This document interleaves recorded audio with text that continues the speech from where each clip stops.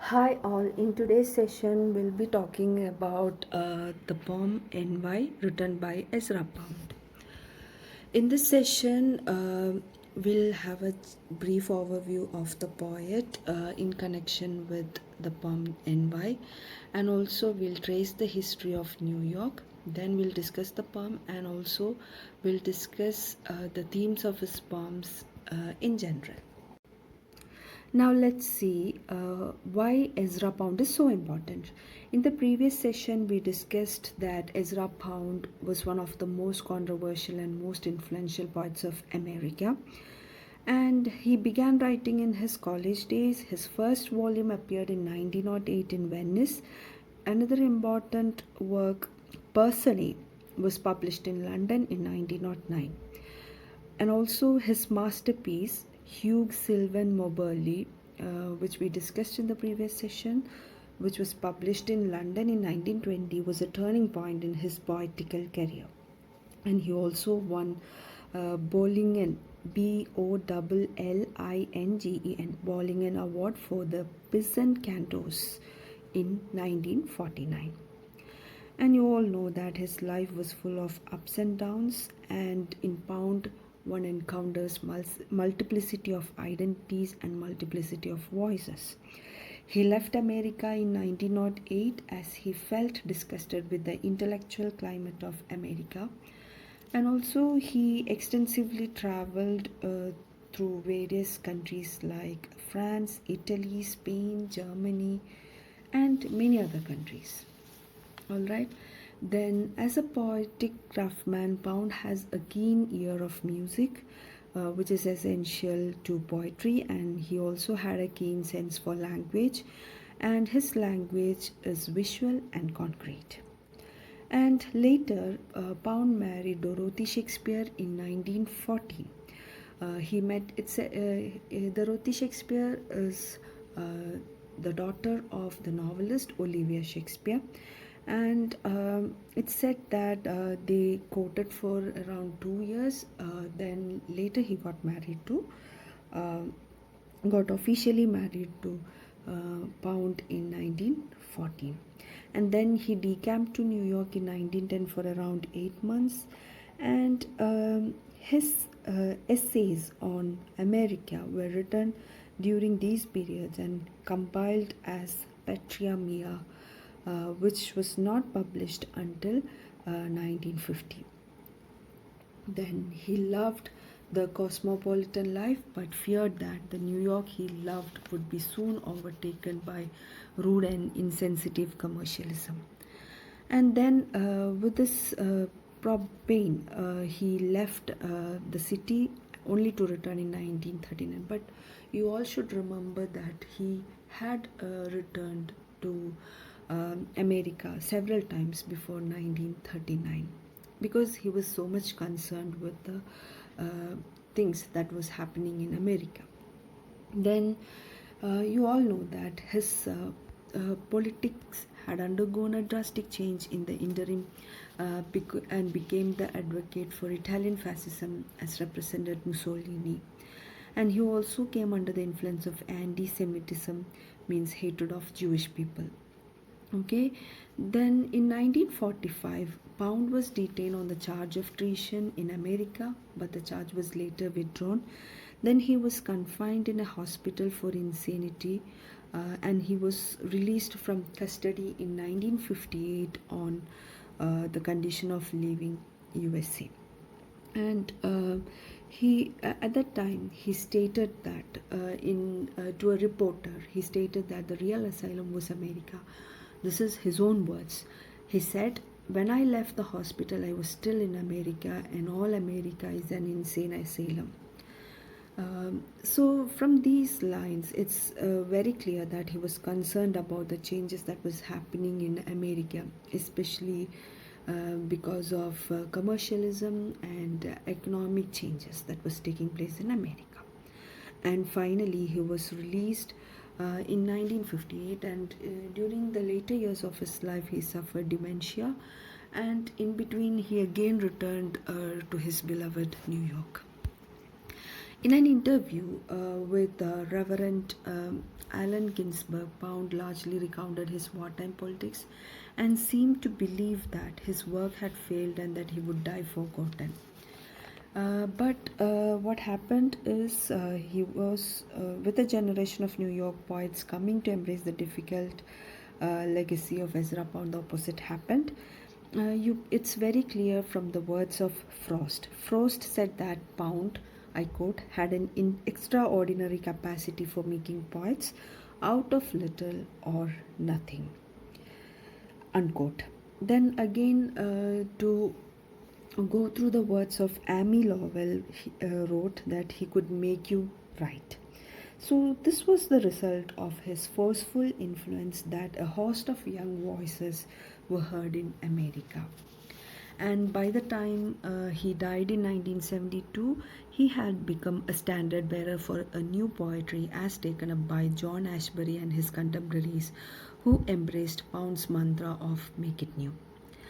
And his contribution to the new urban schools of poetry, which rejected the nature worship of the romantics, included In a Station of a Metro, where he mused on the magic of crowds, which was inspired by the Paris Metro, and also his development of the images movement in poetry would soon be taken up by a mass of poets writing in New York. New York, the city which he both loved and hated. And also you can see that the principles of imagism, which would come to which was both simple and consummately American, extolling musicality, directness, and using no words, does not contribute to the presentation. Okay, and now let's go through the details of New York and in what way the city has become relevant or the state has become significant. Now, you all know that New York is one of the original 13 colonies that formed the US. It is a state in the northeastern US known for New York City, and it comprises of or it is made up of 5 boroughs sitting where the Hudson River meets the Atlantic Ocean. Now, boroughs means it's a single town with its own local government. Okay, now these 5 boroughs are the Bronx, Brooklyn, Manhattan, Queens, and Staten Island. And at its core is Manhattan, a densely populated borough, and it is one of the world's major commercial, financial, and cultural centers. And its iconic sites include skyscrapers, that is huge buildings such as the Empire State Building and sprawling Central Park. And this is also known for towering Niagara waterfalls, and you'll come across the pictures of these skyscrapers in the coming part. Okay, and the Brooklyn Bridge connects Manhattan with the borough of Brooklyn, and the iconic Statue of Liberty stands in New York Harbor, and hence it's home to the Statue of Liberty. And New York is the 4th most populous state. Okay, and the capital of the city is, or the state is, Albany.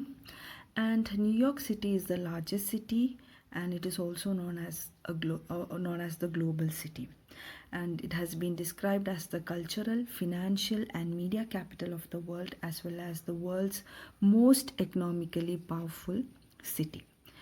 And besides all these, New York is called the Empire State because of its wealth and variety of resources. And you all know that New York's motto is Excelsior, which means ever upward. And it also got a nickname, the Knickerbocker State. Okay, the nickname comes from the pants worn by early Dutch settlers in New York. And Knickerbocker is a German term made up of 2 words. Knicker means box, and bock is a male goat. And this term was promoted in Washington Irving's character, Dietrich Knickerbocker, in Knickerbocker History of New York. The state citizens are called New Yorkers. It could be immigrants from various parts of the world as well. And now let's see a brief history of New York. And as you all see, the Dutch first settled along the Hudson River in 1624, and 2 years later they established the colony of New Amsterdam on Manhattan Island. And in 1664, the English took control of the area and renamed it as New York to honor the Duke of York and Albany, that is the brother of England's King Charles II. Hence, New York became the name of the state and the city. And besides, New York played a crucial political and strategic role during the American Revolution. Between 1892 and 1954, millions of immigrants arrived in New York Harbor and passed through Ellis Island on their journey to become U.S. citizens. And you know that New York was the first capital of the United States after the Constitution was ratified in 1788, and New York City was the capital actually from 1785 to 1790. On April 30, 1789, George Washington was inaugurated as the nation's first president at Federal Hall, which was located on Wall Street. And then the Statue of Liberty was a gift from, and it's said that the Statue of Liberty was a gift from the people of France in honor of the United States' enduring dedication to freedom and democracy, and of the alliance held between the two countries during the American Revolution. And this was erected in 1886 on Bedloe's Island, later renamed as Liberty Island in New York Harbor. And the statue stood as a welcoming symbol to the 14 million immigrants who entered the United States through New York until 1924. Also, it is shown as the gateway to freedom for millions of immigrants seeking the political freedom and democracy that American citizenship provides. Now, at the turn of the 20th century, New York City became the city we know today. And in 1895, residents of Queens, the Bronx, the Staten Island, and Brooklyn, all independent cities at that time, voted to consolidate with Manhattan to form a 5-borough Greater New York. And this is how New York became a borough of 5 cities. Okay. And the 20th century was an era of great struggle for American cities, and New York was no exception. The construction of interstate highways and suburbs after World War II encourages affluent people to leave the city, which combined with deindustrialization and other economic changes to lower the tax base and diminish public services. And this in turn led to more outmigration and white flight.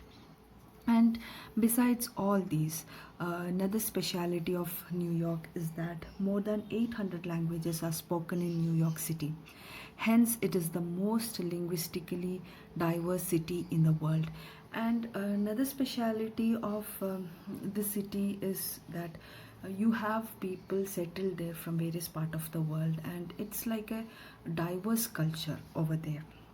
Okay, and that is the speciality of New York city. And also in the 21st century, New York has emerged as a global mode of creativity and entrepreneurship, social tolerance, and environmental sustainability. And that's all about the history of New York. Now let's go through the brief introduction to the poetry, and in this introduction we'll be discussing about the source of the poem Envy. And the source of the poem Envy is Reposits, which is the first collection of EZRAPOUND under the influence of W.B. Yeats. And Reposit means quick, clever reply to an insult or criticism. In this, he has got a collection of 25 poems. It was published in 1912 in London and published in the United States in July 1913. And in this collection, Pound moves towards the economy of language and clarity of imagery of the Imagist movement. And you can see that he used the word Imagist for the first time in this work. And this collection also includes 5 poems by the British poet T.E. Hume, who was an inspiration or who is known as the father of Imagism. And this book also include his interpretation of the Old English poem The Seafarer. And of its 25 poems, Salve Pontifex appeared in a Lume Spendo.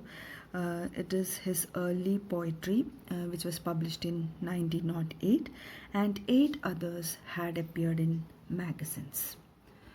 Then Reposits was published in 1912 by Swift & Co., a firm which, despite going rather swiftly bankrupt, provided Pound with a fair, though temporary, reward for his efforts.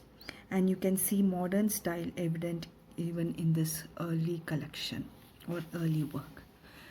And his work Reposits reveals his discarding of metrically regular unrhymed verse in favor of free verse. And also, as Pound's work grew in authority, he retained this understanding of the possibilities of rhythm and image, but coupled it with a growing distinctiveness of voice and a greater alertness to the problems of modern culture. And this is what I mentioned in the earlier part of this lecture, that is, you can see multiplicity of voice or identity in his works.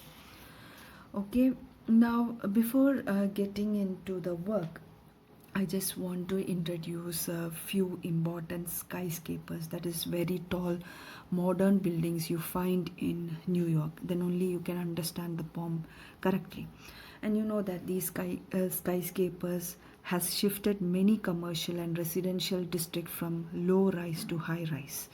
And as you see in the picture, it is surrounded mostly by water. The city has amazed one of the largest and most varied collection of skyscrapers in the world.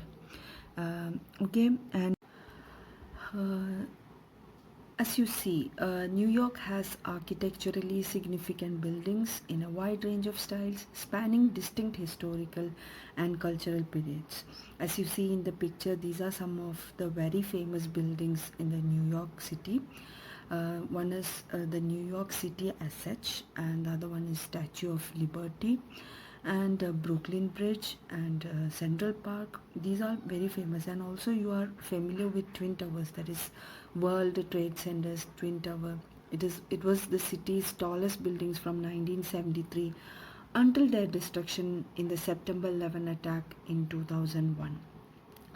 And also there are some other skyscrapers which you see.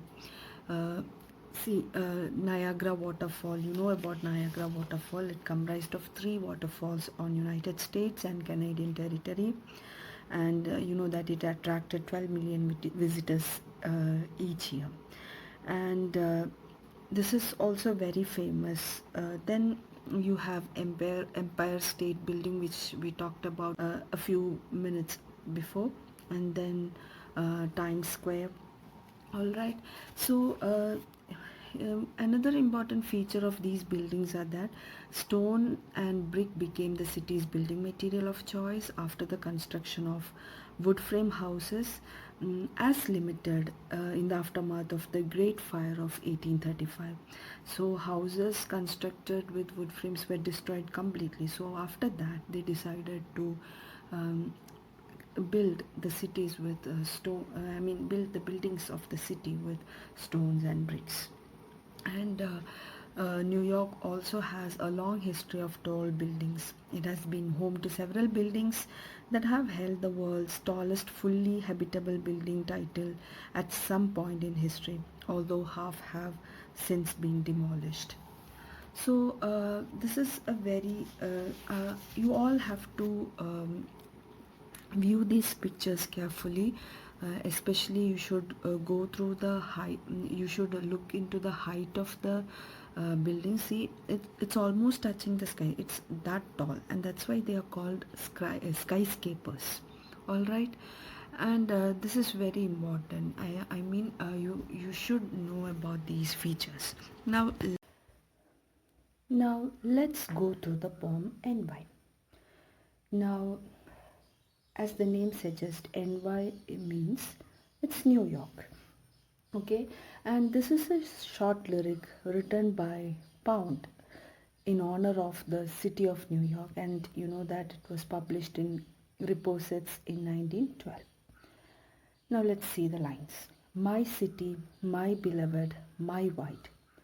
Ah, slender, listen, listen to me, and I will breathe into thee a soul, delicately upon the reed, attend me. Now, from these lines, it's very clear about his affection or his love towards the New York City. He calls he calls the city my beloved, my white. Now, here, my white is used in a cacophonous way, means it is like a harsh sound, because he is criticizing the changes that have taken place in America or in the New York City as a part of urbanization. And you should remember that he wrote this poem after his visit to uh, America or New York in 1910. Okay, for 8 months, and then he again went to London, and it's from there he is writing about America. Okay, and he feels extremely sad about the changes that have taken place in America. So he says that my city, my beloved, my white, are slender. Now here slender refers to Manhattan. Okay, you know that it's the densely populated city of New York, and construction of Manhattan is not like any other cities, because from the picture itself you can see that the whole buildings are like skyscrapers. Okay, you find huge buildings, and also this city never sleeps. Okay, often it is referred to by residents of the New York City area as the city which is most densely populated. Okay, and among the 5 boroughs of New York City, it is the most densely populated city. And this city serves as the city's economic and administrative center, cultural identifier, and historical birthplace. And it is even considered as the entertainment capital of the world, and Manhattan hosts the United Nations headquarters. And according to the census of 2013, it hosts 3 of the world's 10 most visited tourist attractions, that are Times Square, Central Park, and Grand Central Terminal. Now coming back to the poem. So our slender means he is referring to the buildings that you see in the city. Now from the picture itself it's clear that it's almost touching the sky. It's so tall. Okay, that's why these buildings are called skyscrapers. Okay, now he says, listen, listen to me, and I will breathe into thee a soul. Now he wants the city to listen to him, because he wants to change the city into something likable, something human, something abstract, and something graceful. And the so he says that listen, listen to me, and I will breathe into thee a soul. Delicately upon the reed attend me. Now reed, you know that it's a musical instrument made of wood, which is also slender.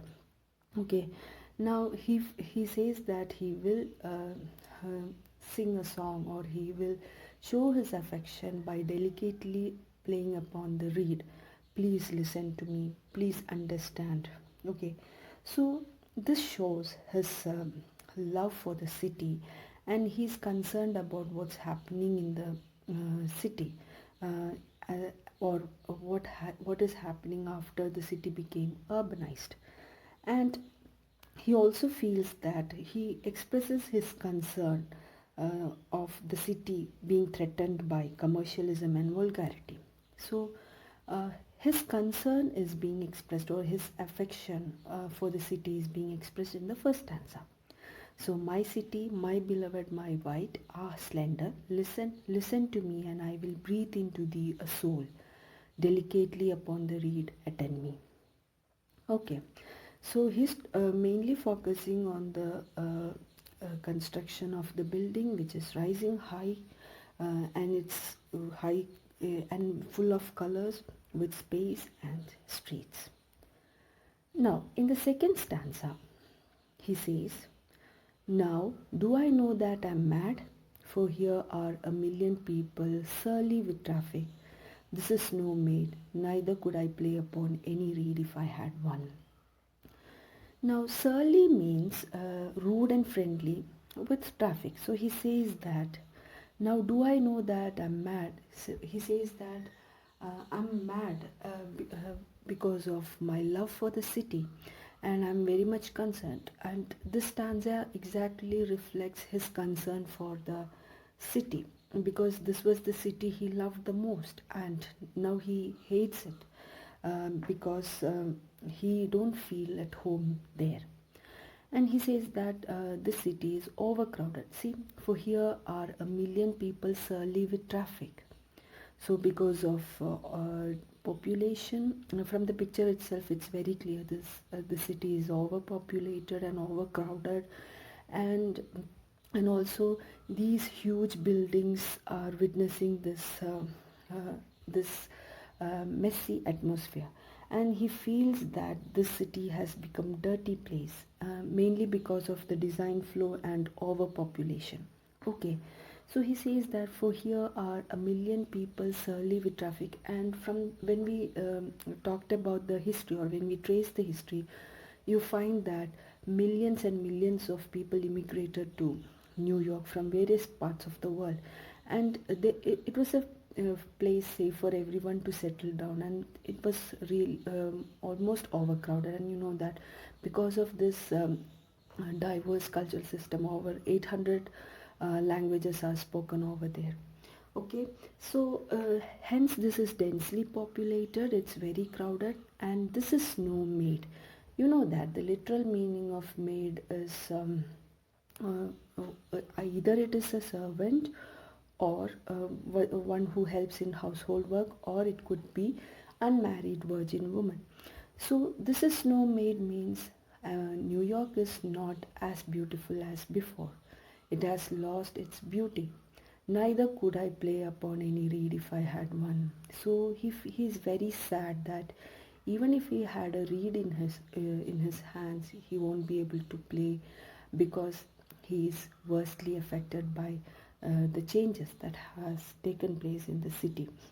So he feels that the city is no more beautiful because it is overcrowded and messy, and he also feels unsafe there. He don't feel at home there. And reed also symbolically represent protection, and it symbolically represents communication of the fantastic worlds of vision, heroism, and beauty, and which he does not find in Europe, or I mean in New York now.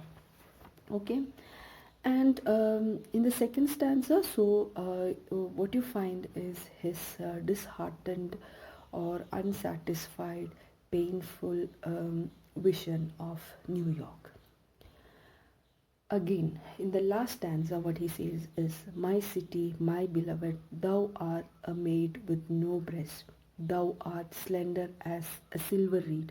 Listen to me, attend me, and I will breathe into thee a soul, and thou shalt live forever. So here, what Pound tries to say is, he wants to protect the city. He wants to restore the beauty of the city, and for that he ends this poem in a positive note. My city, my beloved. Okay, New York, you are my city, you are my favorite city. Thou art a maid with no breast. Thou art means you are a maid with no breast, means you are disfigured. Okay, and thou art slender as a silver reed. Now, here you find a picture of reed. Now, just see the picture. It's slender, means it's thin and it's very tall, exactly like the buildings you find in New York City. Okay, so thou art slender as a silver reed. Now you are as slender as a silver reed. Okay, the musical instrument. Now listen to me, attend me. So, New York, please listen to me. Please understand me, and I will breathe into thee a soul, means I'll give you life. And thou shalt live forever, means you will be as beautiful as now. So, in this stanza, the poet is talking about the great beauty of America. New York was a very beautiful city, but now, because of the commercialization, it has become vulgar and lost all its beauty. So here he is making a comparison of the beautiful city or the beautiful world of his childhood, which has vanished, and in its place what he finds is a busy monumental world, and it seems hectic and also hostile.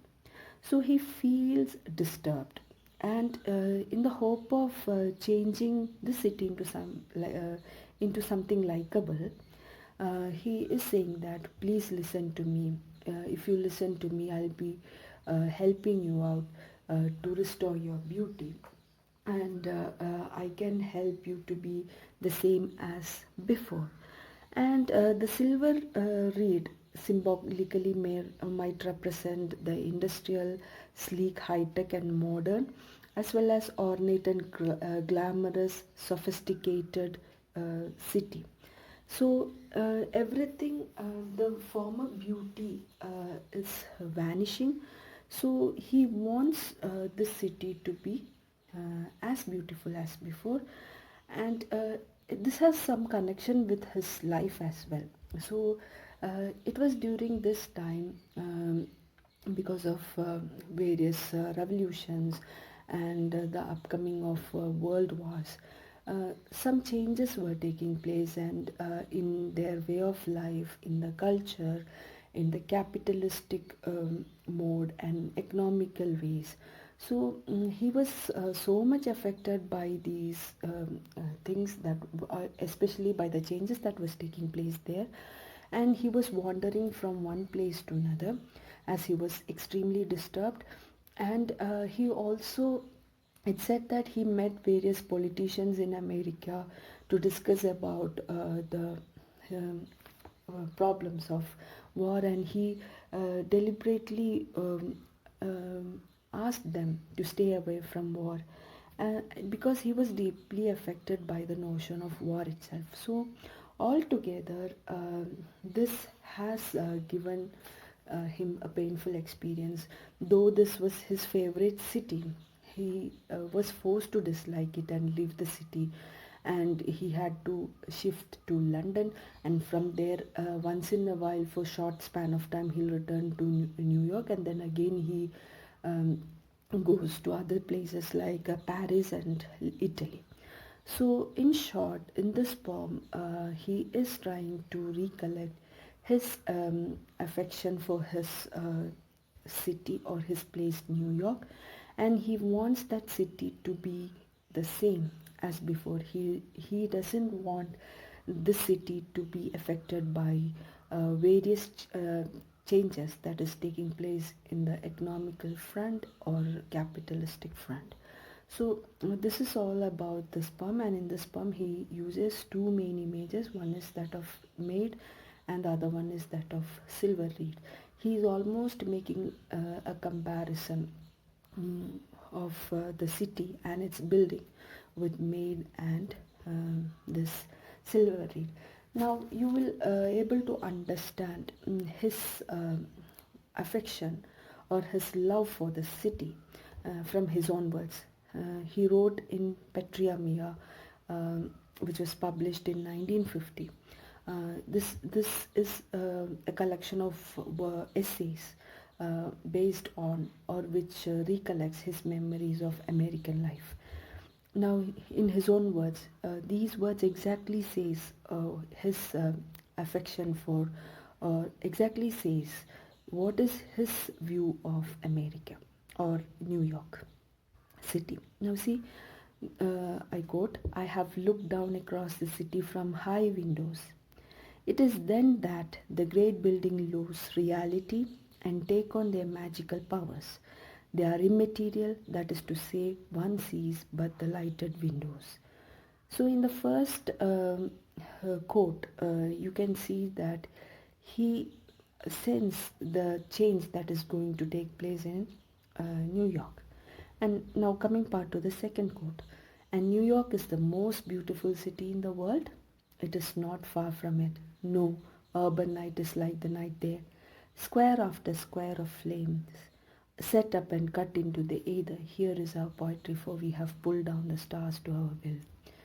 Now, in this quote, you can see that he praises the beauty of the city, and from the picture itself, it's very clear that during night, when the lights are on in every flat, or when the huge building is lighted, it's very beautiful to see, and it's almost tall that it is almost touches the sky. It's very tall.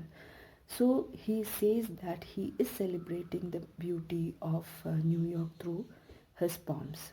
"Here is our poetry, for we have pulled down the stars to our will." Means he is talking about the beauty of the poem as his views or as per his thoughts. So, in short, the modernist poet Ezra Pound would come to extol the diversity and grandeur of New York City, and a place which is as full of internal contradiction as the writer himself. So, this is all about the poem. Now, let's go through the major themes discussed in his poems. In general, and some of these themes are relevant to the poem we are discussing, that is NY. Now, the first theme is the importance of aesthetics and art. And you all know that he lived and wrote in a swiftly modernizing world that placed less and less emphasis on art and beauty.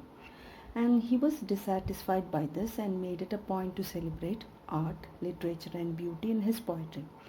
Now, one fine example is the poem we discussed today, that is NY. He in that poem he's extensively talking about New York, its beauty, and the transformation that has taken place in New York in the 20th century.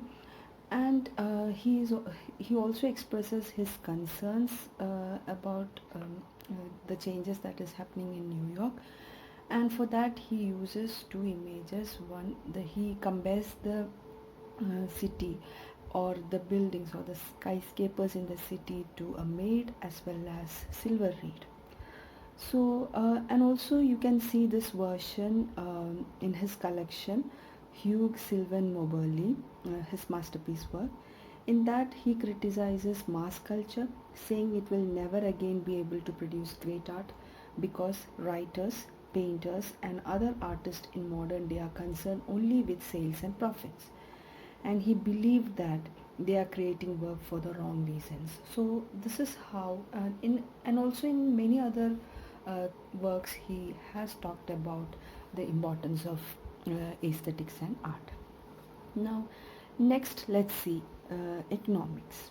In his later career, Pound became increasingly obsessed with economics, especially when he moved to Italy and embraced fascism in the years leading up to World War II. And the theme of economics were evident in his later poems, particularly the cantos. And it's clear about his hatred of interest rates and his belief and that they were destroying Western civilization. He also criticized the bank wars and American capitalism. And you could find traces of um, discussing or the trace of the theme of economics in our poem as well, because in the second stanza he's talking about the changes that is taking place in New York and how much it disturbed his feelings and his concerns, and he's talking about how the city has changed altogether. Yes, and then another important theme is history. He explores history quite often in his poems. He valued history because he recognized how much it influenced the present.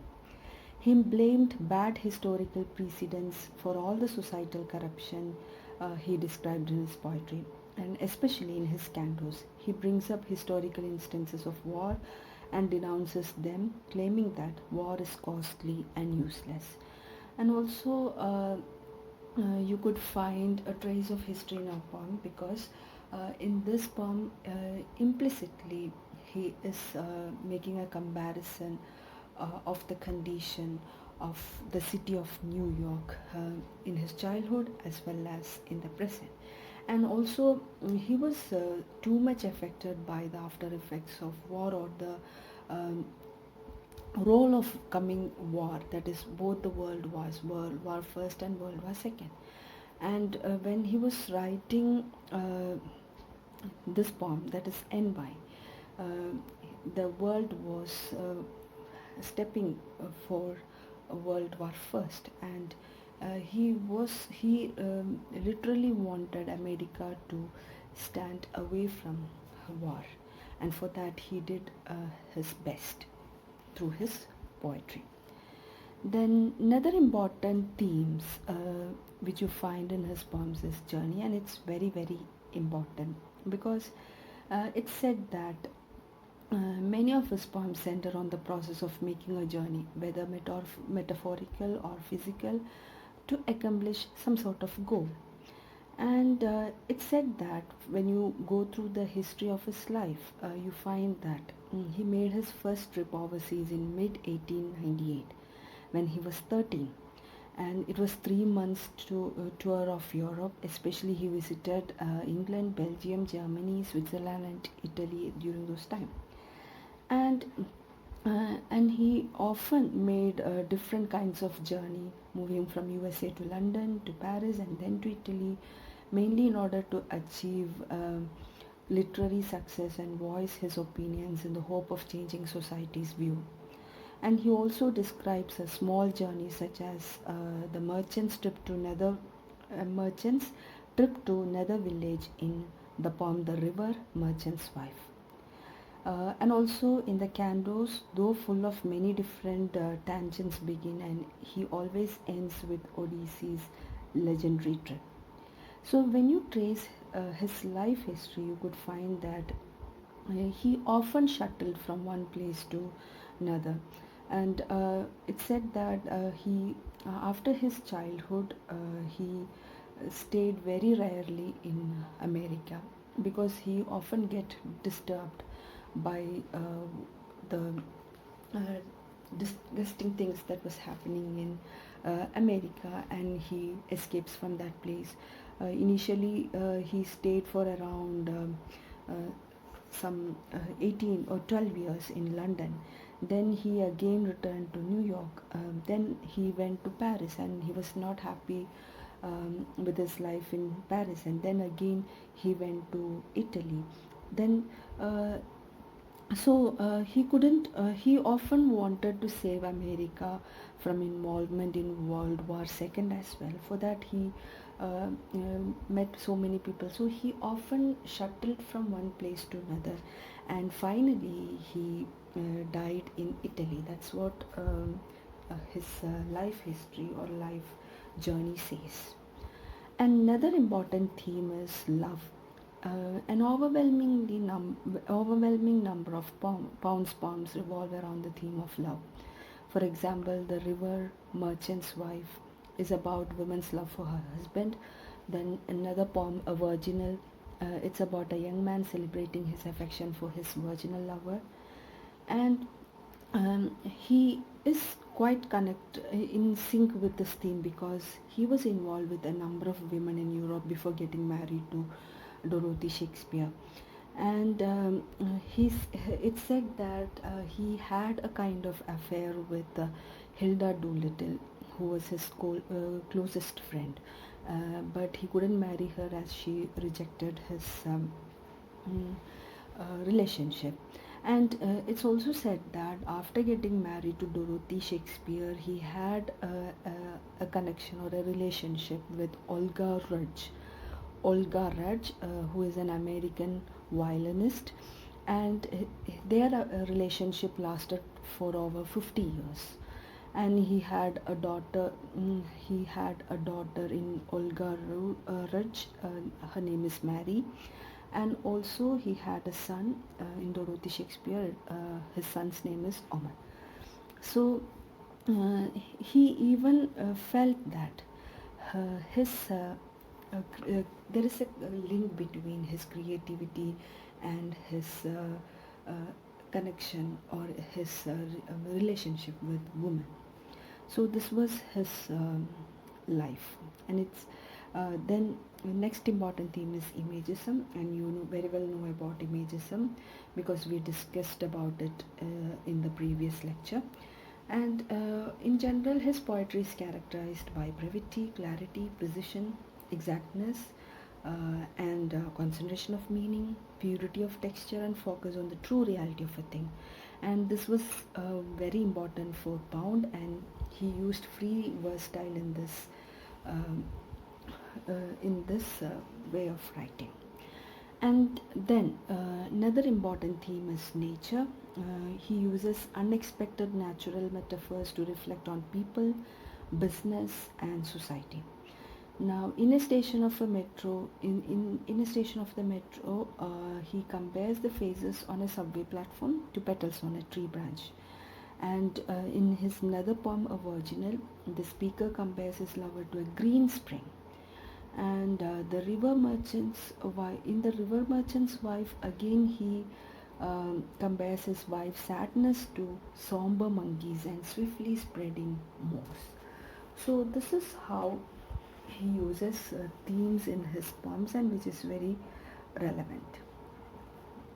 Now, to conclude, you should understand that from first to last, Pound was blessed with the gift of what is called a melopoeia.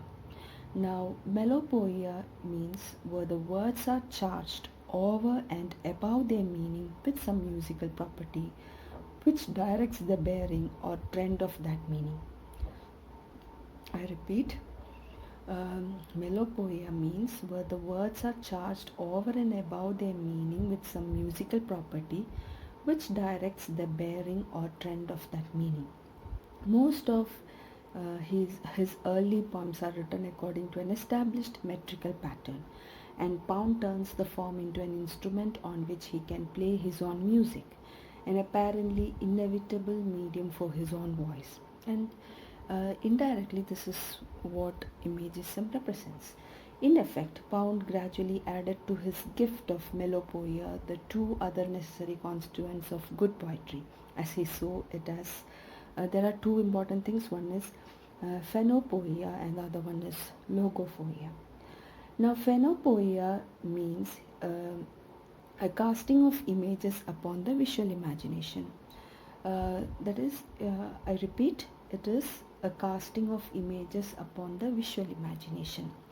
In a station of a metro is the best example, and the poem now you studied is also the best example. Many of his poems represents this. And logopoeia. Logopoeia means the dance of the intellect among words, means play with the words. Okay, logopoeia means the dance of the intellect among words. So as far as phenopoeia is concerned, Pound was helped not only by his formulation of do's and don'ts for images, but by his interest in Japanese and Chinese poetry. His haiku, In a Station of a Metro, illustrates the Japanese influence and how it helped Pound pursue brevity and imaginistic indirection. Okay, then another important feature which you find in his poetry is mix. Now, when we are talking about our poem, NY, there was mixed reviews about this poem. Okay, and you can find strong lyricism and modernity in his every work, even in this early work. And mostly in every work he drew inspiration from Chinese and Japanese verse, as we discussed earlier. Also, you can find Greek classics in order to combat the increasing generality in his poems. So, Uh, in short, we can say that he chose fresh epithets and fresh metaphors to express his poetic sensations. Images in his poetry are not mere decoration, but the very essence of an intuitive language. Pound was the force behind the revival of modern poetry. Now, through his criticism and translations, as well as in his own poetry, Pound explored poetic traditions of different cultures, ranging from ancient Greece, China, and the continent to the current day England and America. So, in short, Pound's commitment to poetry was total, to poetry as a craft, as a moral and spiritual resources, and eventually as a means of saving culture, redeeming history. Eliot called him the better artist in recognition of Pound's help in transforming his work, The Wasteland, into the dense, elusive, and elliptical poem that we have today. Human emotions for Pound remained the same, but the equations used to uncover them altered with time and place. And also, he had ultimately to forge his own style, a voice that was more than just the sum of the myriad voices uh, he echoed. And to conclude, he was disgusted by the massive loss of life during the war and was unable to reconcile himself with it. And the war had shattered his belief in modern Western civilization. So, in his role as a cultural poet, he did much to conserve the best of the past and to renew a lost principle of order. Okay, so this is all about Ezra Pound, and I hope you all understood the poem. Thank you.